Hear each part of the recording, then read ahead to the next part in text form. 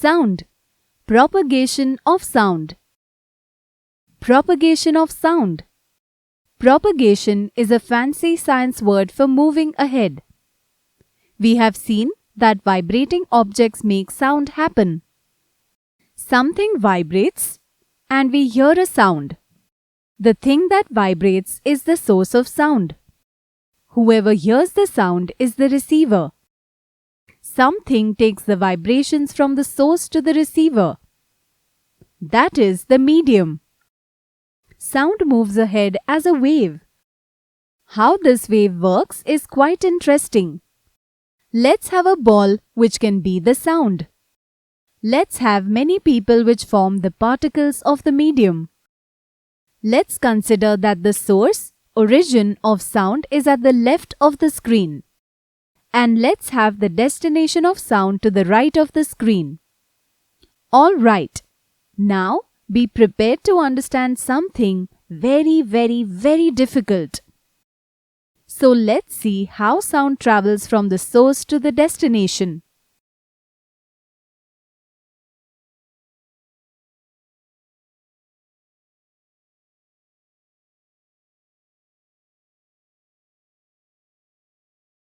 Did you see how the sound travelled from particle 1 to particle 2? Now see how it travels to particle 3.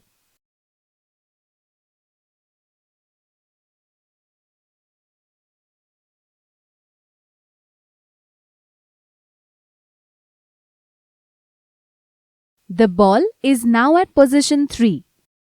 But did particle 1 travel to position 3?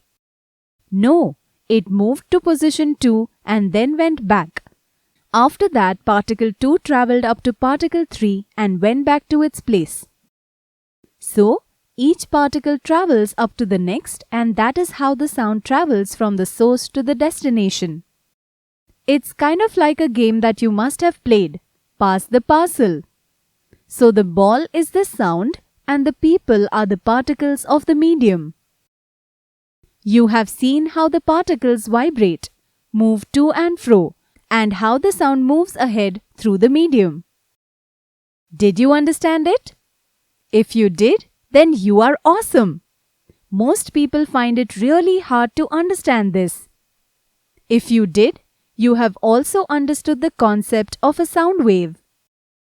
The matter or substance through which the sound is transmitted is called a medium. This medium can be solid, liquid, or gas. Basically, what the main requirement of the medium is that it should have particles. Solids, liquids, and gases all have particles. Therefore, sound can travel through all these mediums. Can sound travel through vacuum? Think. Are there particles in vacuum? No. Vacuum means there is absolutely nothing there. So, can sound travel through vacuum? No. Let's understand how sound travels like high school science students now. You already know what actually happens, so it should be pretty easy for you to follow. When an object vibrates, the particles of the surrounding medium also start moving to and fro. When the first particle vibrates, it transfers its energy to the adjacent particle. This energized particle then starts vibrating and passes on its energy to its adjacent particle. This chain continues. Let's understand one more thing. When the third particle is energizing the fourth particle, it goes near the fourth particle, right? Now, observe the particles. There are more particles near position 4 and less particles near position 3. This is known as a compression. This is known as rarefaction. In real life, keep one thing in mind. There is not just one sound parcel. There are many that keep coming one after another. Rarefaction, compression. Let's see how particle 3 vibrates after this. It comes close to particle 2, then back to position 4, and this continues. And so, for particle 3, there is a mean position, which is the one you see right now, and position 2 and 4 are its extreme positions. The most common medium for sound to travel is air. When the air is vibrated, it pushes adjacent layers and creates high pressure. This region is called a compression.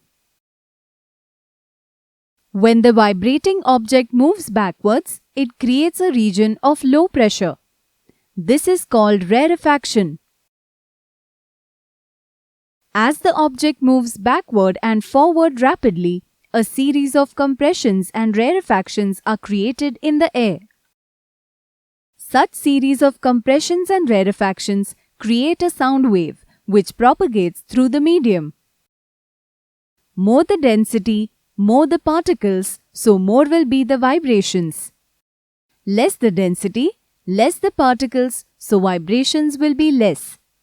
So, sound can travel through air, water, and solids.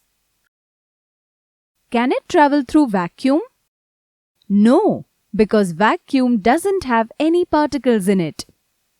And, as you know, no particles is equal to no vibrations is equal to no sound. In which medium will sound travel best? Solid, liquid, or gas? More the particles, faster is the travel. Since solids are tightly packed, sound travels best in solids. And so, it's better to check whether a train is coming this way. Can you say why? Let's do this. Solve the in-text questions on textbook page 163. Question 1. Explain how sound is produced by your school bell. When we ring the school bell, it vibrates. It forces the adjacent particles in the air to vibrate. As the bell continues to move forward and backward, it produces series of compressions and rarefactions. This series of compressions and rarefactions makes the sound of a bell propagate through air. Question 2. Why are sound waves called mechanical waves? Sound waves are called mechanical waves as they need some material medium for their propagation. Question 3. Suppose you and your friend are on the moon. Will you be able to hear any sound produced by your friend? No, we will not be able to hear the sound as a medium is required for propagation of sound. On the moon, there is no atmosphere, so no medium. There is a vacuum. Let's do this. Try to answer the textbook questions 1, 2 and 3 on page 174. Question 1. What is sound and how is it produced? Sound is a form of energy which produces a sensation of hearing in our ears. When an object vibrates, it forces its neighboring particles to vibrate. These vibrating particles then force the particles adjacent to them to vibrate. In this way, vibrations produced by the object are transferred from one particle to another, and this goes on. When these vibrations reach the ear, we hear sound. Question 2. Describe with the help of a diagram how compressions and rarefactions are produced in air near a source of sound. When a vibrating object moves forward in the medium, it pushes and compresses the particles in front of it. This creates a region of high pressure called compression. This compression moves ahead and then the object starts moving away from the medium. This creates a region of low pressure called rarefaction. Question 3. Cite an experiment to show that sound needs a material medium for its propagation. Take an electric bell and an airtight glass bell jar. The electric bell is suspended inside the airtight bell jar. The bell jar is connected to a vacuum pump. At this time, we can hear the bell. When the air in the jar is pumped out gradually with the vacuum pump, the sound becomes fainter, though the same amount of current is passing through the bell. After some time, When less air is left inside the bell jar, we can hear a very feeble sound. In vacuum, we cannot hear the sound at all. If you like our videos, do share them and subscribe to our channel. If you want awesome quizzes, write to us. Keep watching and keep learning with Walnut.